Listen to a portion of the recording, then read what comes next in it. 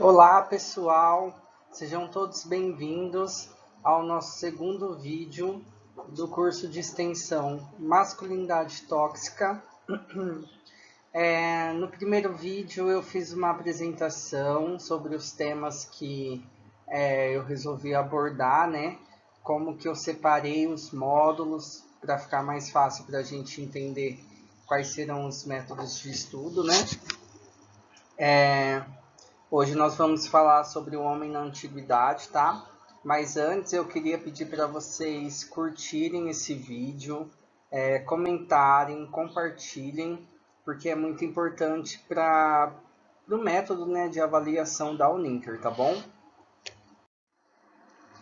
Então, só lembrando para vocês, né, eu sou aluno da Uninter, faço pedagogia lá. Meu nome é Paulo Roberto da Silva Nagata, meu RU é 131.140, tá? E aqui no módulo 1, então, nós vamos falar do homem na antiguidade, o homem na pré-história, tá? Só a nível de conhecimento, eu não vou falar muitos dados sobre cada época, eu vou tentar passar só pelo essencial, tá bom? Só pelo papel do homem mesmo, né? Durante toda a história humana até hoje, para a gente conseguir entender o que levou o homem a ter esse cargo, podemos dizer assim, né? De ser a pessoa, a figura forte, né? A figura que não demonstra emoções e tudo mais, como a gente vai falar nos próximos módulos, tá? Então, aqui na pré-história, nós temos o período paleolítico, mesolítico e neolítico. Esses três períodos formam a pré-história, tá bom? No paleolítico, só para a gente ter um pouco de conhecimento, tá? Foi um momento conhecido pela Idade da Pedra Lascada, né? Que foi quando os homens começaram a criar ferramentas para caça. Quando eu falar homens, tá, gente? Eu tô falando da espécie humana, não tô falando especificamente da figura do homem, tá bom? Então ele começou a desenvolver, né, ferramentas com pedras. Já no período mesolítico, foi a fase intermediária e ficou marcado pelo desenvolvimento de cerâmicas e de produção de tecido. Então, aqui nessa época do Mesolítico, o homem já começou a descobrir novos materiais, já começou a desenvolver ali a cerâmica, produção de tecidos, né, confeccionando roupas, não roupas desenvolvidas, tá, gente? Só roupas básicas, né? No período neolítico, marca o surgimento da agricultura e do desenvolvimento da escrita. Então, esse período neolítico foi um período muito importante, porque o homem começou a desenvolver a escrita, né? O que ele conseguia escrever nas cavernas através de desenhos, né? Ele começou a deixar esse conhecimento para as próximas gerações. Então, isso foi muito importante. E o desenvolvimento da agricultura também foi importante porque fez com que o homem se estabelecesse em determinado ponto da sua terra, né? Os homens eram nômades e eles viviam saindo da sua terra em busca de caça. Com o desenvolvimento da agricultura, os homens começaram a se estabelecer, porque eles começavam a cultivar plantas, cultivar frutas, até animais, né? Então eles não sentiam tanta necessidade de ficarem trocando tanto de terra, tá bom? Segundo a professora e socióloga alemã Maria Miles, as mulheres tiveram um papel importantíssimo na sobrevivência humana, pois, com a falta de caça, a maioria de alimentos consumidos pelo grupo era oriundo da coleta e da agricultura. Então, as mulheres tiveram um papel muito importante também nessa época, tá bom? Nesse slide aqui, gente, novas descobertas, nós vamos falar sobre 2 fósseis que foram encontrados, que são a Lucy e a Luzia, né? São 2 fósseis femininos, tá? A descoberta dos fósseis Lucy e Luzia trouxeram novos questionamentos sobre o papel da mulher retratado naquela época. Então, esses fósseis trouxeram a quebra, né, na hegemonia masculina do período pré-histórico. Lembrando que todos esses estudos foram feitos no século XIX, né, que foi um período marcado pelo patriarcado, e esse período queria retratar a antiguidade como se fosse um espelho, né, daquela época, tá? Então, novos estudos feitos por antropólogos mostram que essa divisão de papéis, né, em que homens saem para caçar e mulheres ficam nas cavernas, não se passava de uma grosseira reprodução dos valores patriarcais que a sociedade vivia no século XIX. Isso fazia o que, gente? Isso reforçava o estereótipo de que o homem era o provedor, então o homem deveria sair de casa e trabalhar, trazer o sustento da família, e a mulher deveria ficar em casa e cuidar dos filhos, cuidar da casa, tá? Então a gente pode entender que as mulheres também tinham papéis ativos naquela época, né? Alguns estudos mostram, né, que as mulheres, elas ajudavam os homens na caça, elas ajudavam os homens no corte da caça, né? E no transporte para suas casas. Então, a gente consegue entender como que o homem, né, o masculino ali, ele durante todo o tempo, ele tentou achar justificativas para reforçar o estereótipo, né? Então, no século XIX ali, eles decidiam pintar a mulher dessa maneira, justificando que desde a antiguidade, né, era assim, então eles deveriam continuar reproduzindo esse sistema, né?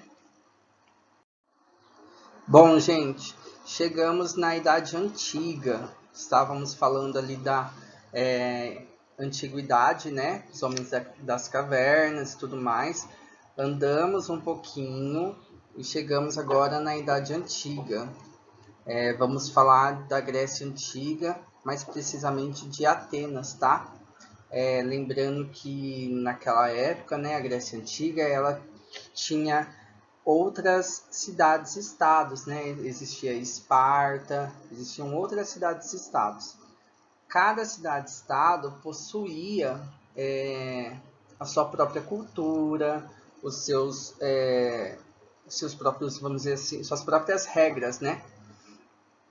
Vou falar um pouco para vocês sobre Atenas, porque acredito eu que era a cidade que era mais rígida com relação às mulheres, tá? Embora algumas outras não fossem tão rígidas, as mulheres também não tinham tantos direitos, tá bom? Então, na Grécia Antiga, o homem ele era visto como guerreiro, o homem era visto como filósofo, né? Então, desde pequeno, os meninos eles já frequentavam os tabernáculos, né? Estudavam. Os meninos também eram incentivados a aprender a arte da guerra, né? Sempre de olho no menino mais forte, no menino que sabia lutar melhor, para frequentar os exércitos das cidades, né? Então, o homem era visto como protetor e detentor de todo conhecimento. Cabia ao homem apenas o direito ao voto, o direito a possuir negócios. Então, como a gente pode ver ali no slide, apenas homens podiam votar e discutir sobre a política. as mulheres, crianças e escravos não eram considerados cidadãos. Então, olha que engraçado, né? Apesar de uma mulher nascer na cidade, ela ser cidadã daquela cidade, ela é colocada no mesmo patamar de crianças e até de escravos, não podendo opinar sobre política, não podendo ter seu próprio negócio, tá?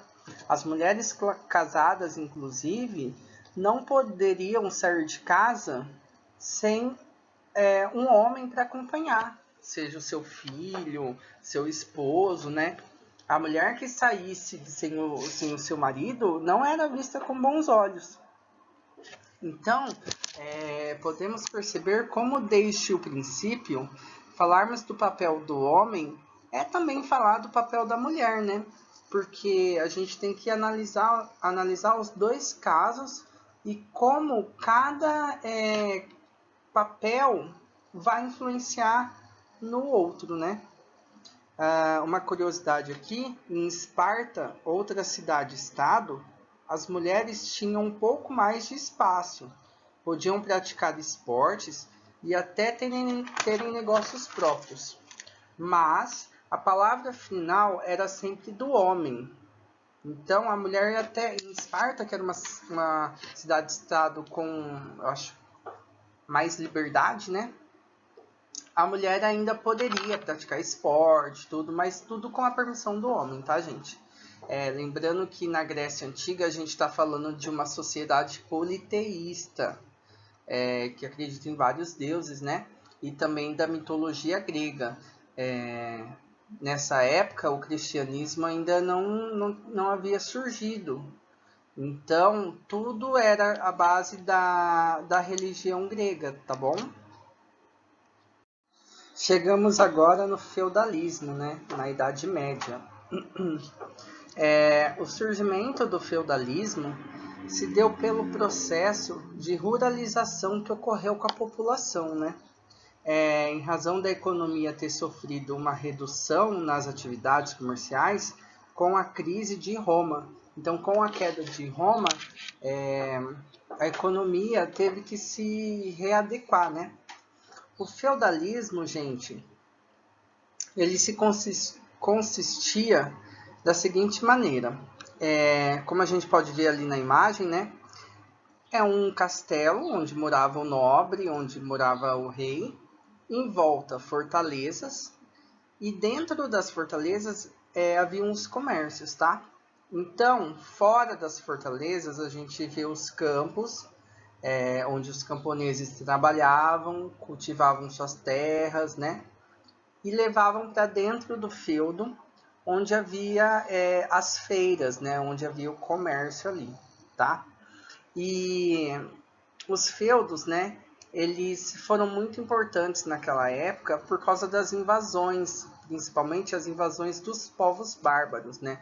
Então, quando existia essa invasão, essa tentativa de invasão, todo a população, né, que morava ali no feudo corria para dentro da cidade, eram fechadas os portões, né, e ali eles se protegiam das invasões, tá?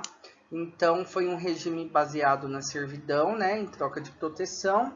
Os trabalhadores, os camponeses trabalhavam e pagavam, né, uma certa quantia pro nobre daquele feudo, tá? Então, nessa sociedade, a mulher era vista apenas como um instrumento, uma reprodutora, objeto de posse exclusiva do marido, tá? A mulher nessa época, apesar da sociedade ter, podemos dizer assim, avançado, né? A mulher não conquistou nenhum direito. A mulher ainda era vista como objeto, o homem ainda era o proprietário dessa mulher, tá? Então o homem nessa época ele ainda era visto como a pessoa mais forte, a pessoa que mandava no lar, essa pessoa que realmente dominava ali, né? As casas, né? A sociedade patriarcal baseada no homem, tá bom? Então, ainda sem nenhum direito, a mulher não poderia nem escolher o seu próprio marido. Não era um casamento feito na base do amor, tá, gente? O homem, o pai, ou o irmão mais velho, se não tivesse o pai, tá? Escolhia com quem a mulher deveria casar. E ela tinha que casar. Nessa época também existia o cinturão de castidade, tá?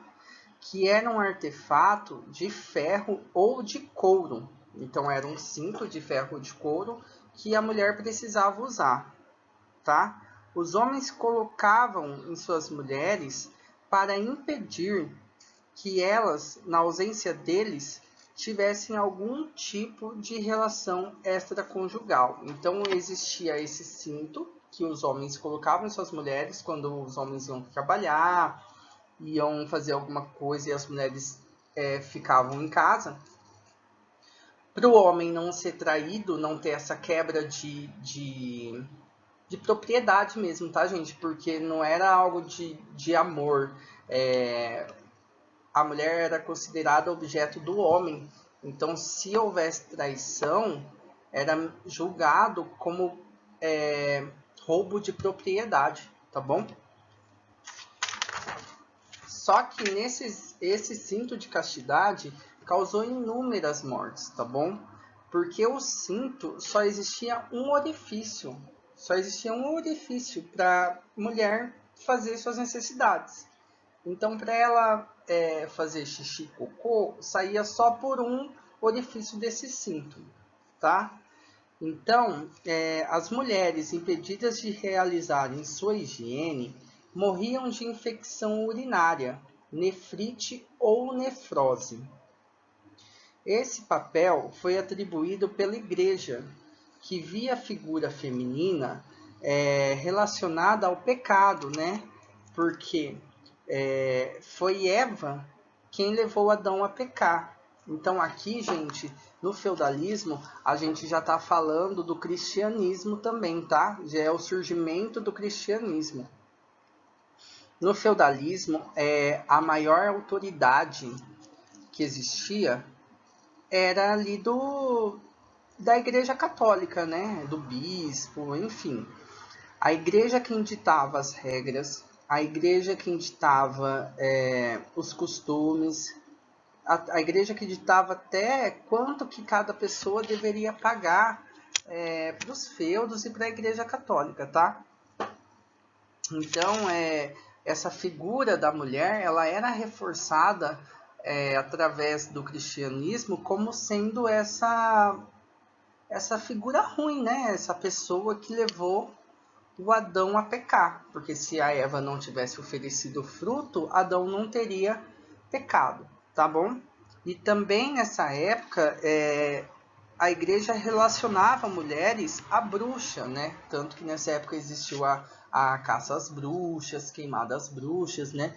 Então, a igreja católica reforçando, né, nessa época do feudalismo, esse estereótipo de que o homem, quem era a pessoa mais digna de ter contato com Deus, com o divino, por isso que o homem quem deveria mandar em casa, por isso que sempre era um homem que deveria comandar os feudos, tá? Porque apenas eles eram dignos de exercer esse papel. Então a mulher era sempre vista como a bruxa, a pecadora e quem deveria ser submissa ao homem, tá? Chegamos agora na Revolução Industrial. A gente está falando aqui de 1819, mais ou menos, tá? Esse recorte que eu trouxe para vocês, as informações que eu vou falar para vocês, são da Inglaterra, tá? São baseadas na Inglaterra daquela época, né? Então, na Revolução Industrial, a gente vê uma sociedade baseada no capitalismo, né? Já não é uma sociedade mais feudal, ela é uma sociedade capitalista, baseada no capital, baseada no dinheiro, tá? A Revolução Industrial incorporou as mulheres no mercado de trabalho devido à alta demanda de mão de obra.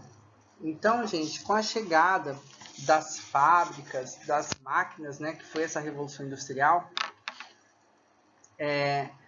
os proprietários de empresas, eles não podiam mais ficar dando luxo de ter só homem nas fábricas, porque eles precisavam de mais mão de obra.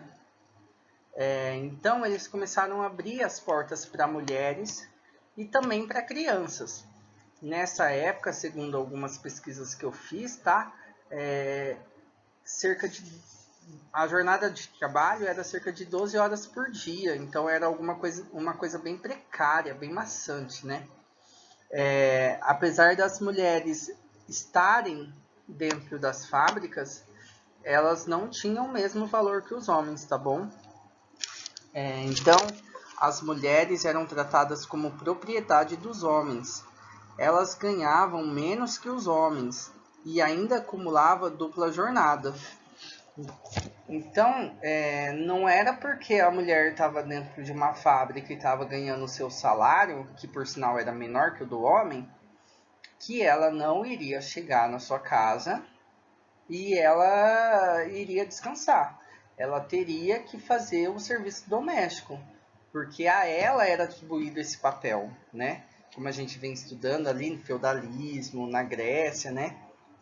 O papel da mulher foi vinculado a esse papel de dona de casa, de cuidar dos filhos, cuidar do homem.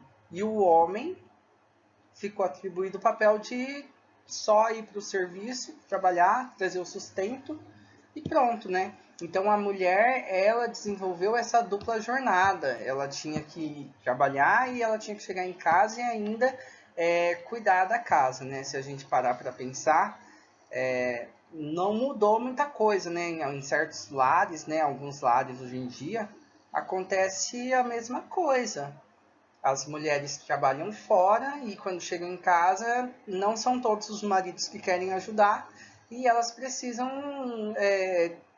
desenvolver essa dupla jornada também, tá?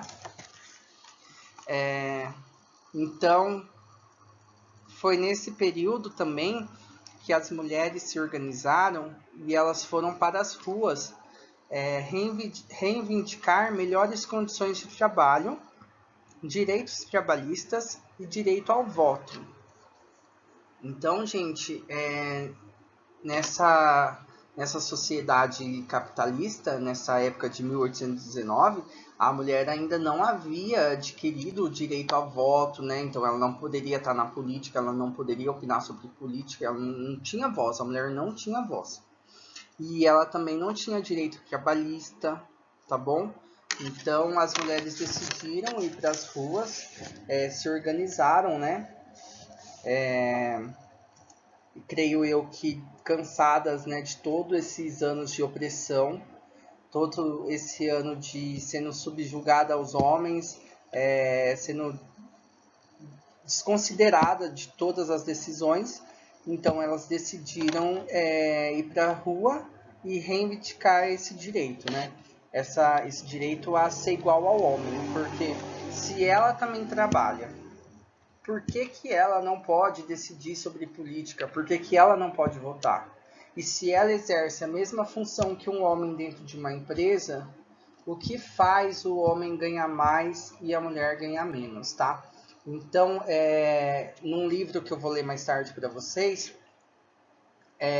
ele fala justamente isso, que nessa época o capitalismo ele trouxe o fator biológico como justificativa das diferenças.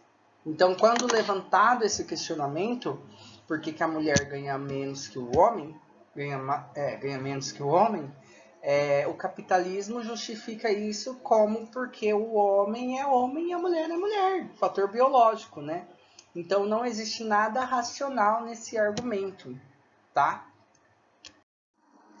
Bom, gente, falando um pouco agora de Brasil, né, da nossa realidade, no Brasil, apenas em 1970 que a mulher ingressou de maneira mais efetiva no mercado de trabalho. No fim dos anos 70, começam a surgir movimentos feministas que pediam igualdade salarial e direito ao voto. Então, se na Europa, né, lá na Inglaterra, mais ou menos em 1819, por aí que foi a Revolução, as mulheres já começaram a se organizar. No Brasil, a gente vê como foi demorado esse processo, né? Apenas em 1970 que foi permitido à mulher entrar no mercado de trabalho. E a gente, numa sociedade capitalista, né, a gente pode pensar que o dinheiro é ali a chave da liberdade, né, da independência. Então, se a gente pensar por esse lado, só em 1970 que foi dada a oportunidade à mulher de ter essa independência, mesmo que seja uma independência com limites, né?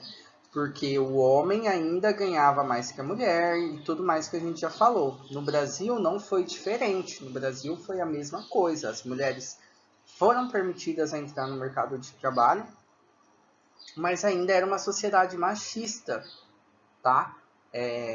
Os homens achavam que as mulheres não executavam o serviço de maneira que eles executavam, então elas não seriam dignas de receberem o mesmo tanto que eles, tá?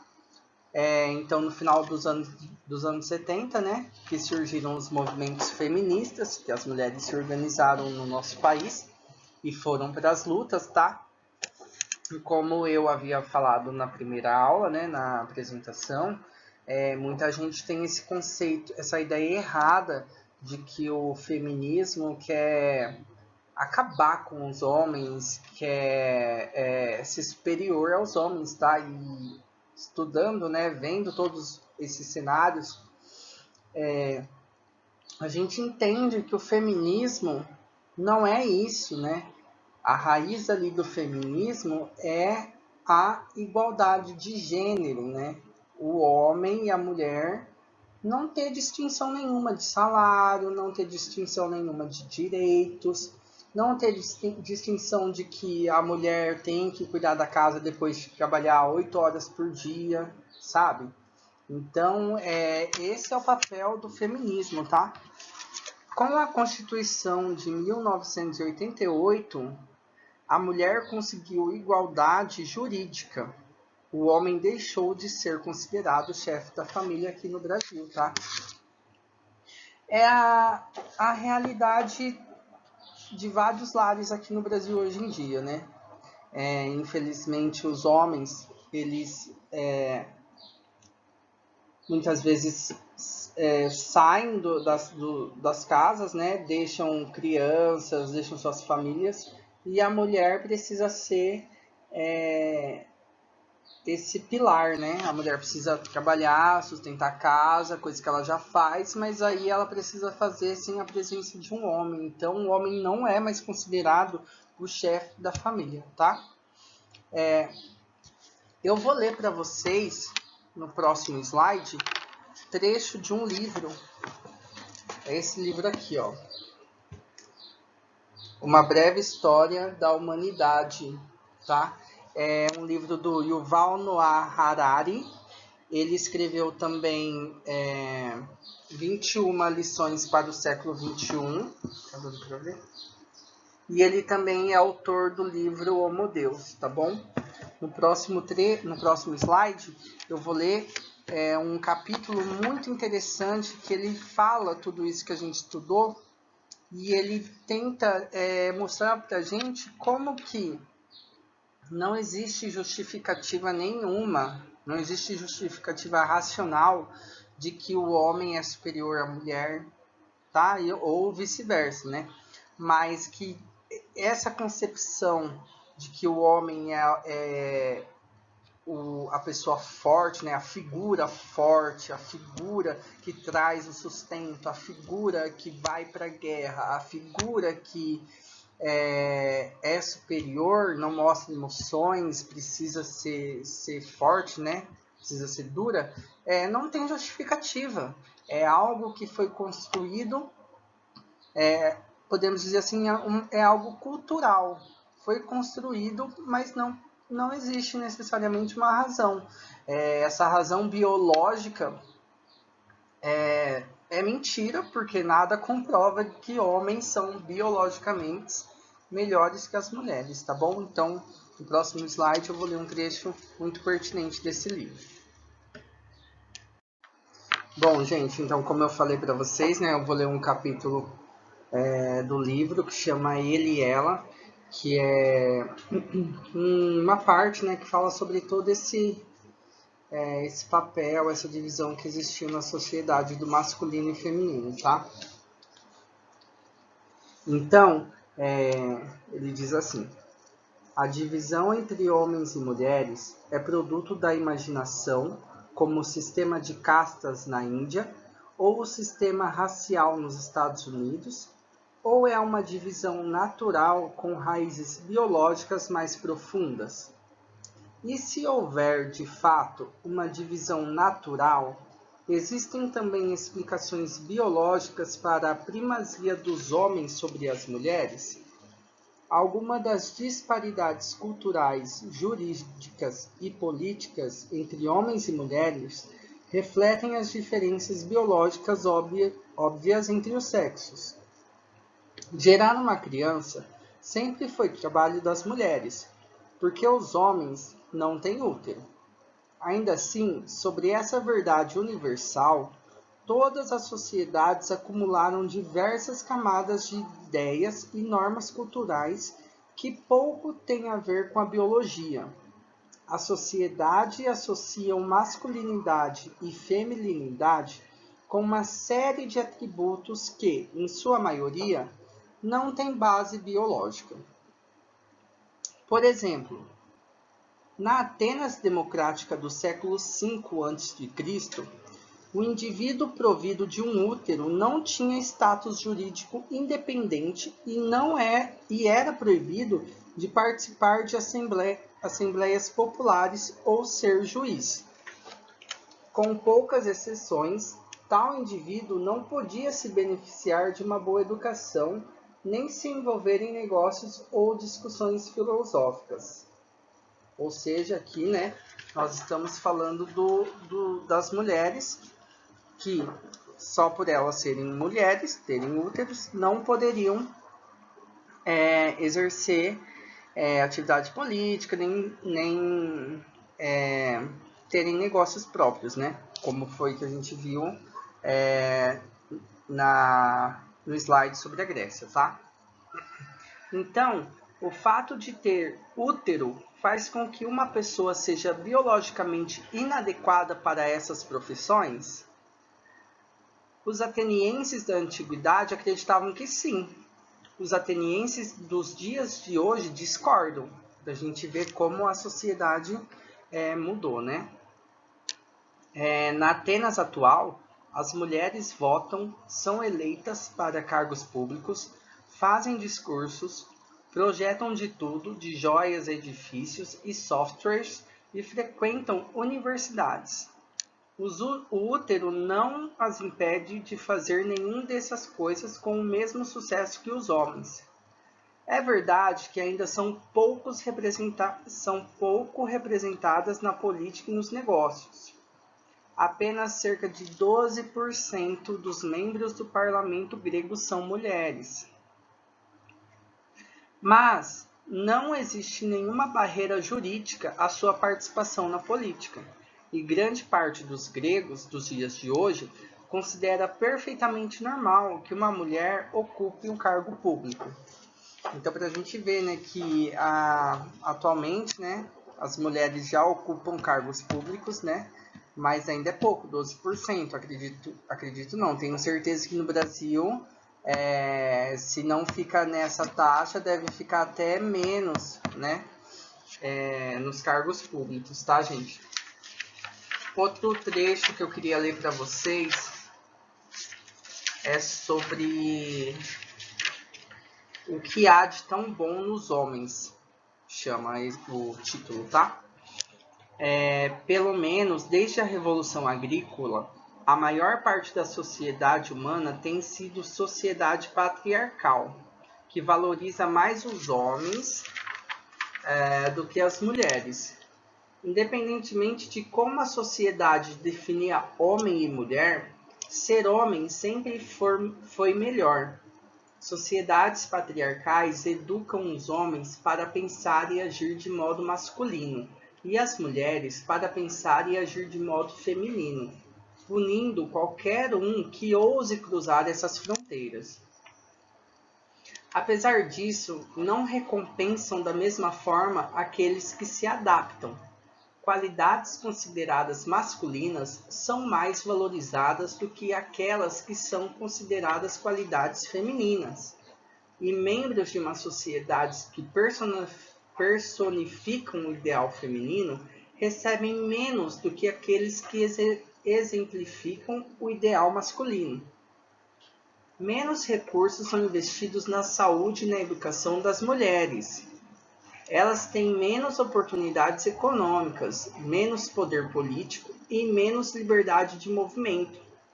O gênero é uma corrida em que os corredores competem apenas pela medalha de bronze. O que ele quer dizer aqui, né?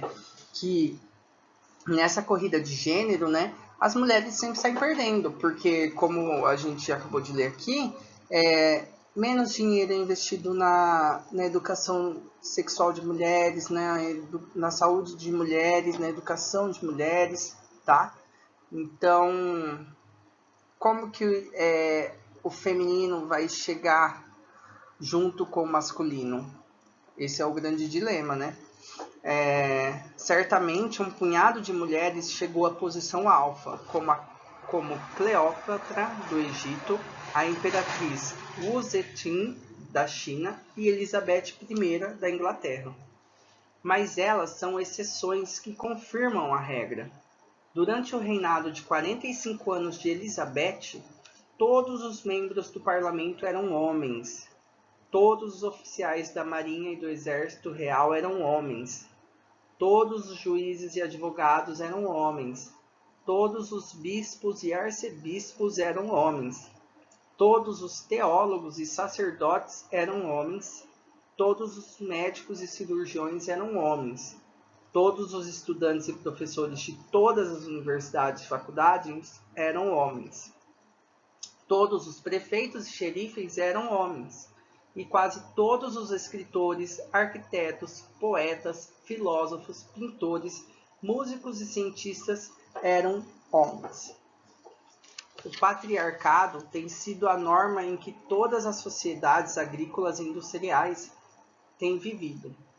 Resistiu teimosamente a levantes políticos, revoluções sociais e transformações econômicas. O Egito, por exemplo, foi conquistado inúmeras vezes no decorrer dos séculos. Assírios, persas, macedônios, romanos, árabes, mamelucos, turcos e britânicos ocuparam e sua sociedade sempre permaneceu patriarcal. O Egito foi governado pela lei faraônica grega, romana, muçulmana, otomana e britânica, e todas discriminavam pessoas que não eram consideradas homens de verdade. Como o patriarcado é tão universal, não pode ser produto de algum círculo vicioso que teve início por um acontecimento ao acaso. É particularmente digno de nota que, mesmo antes de 1492, a maior parte das sociedades, tanto da América quanto da África e da Ásia, eram patriarcais.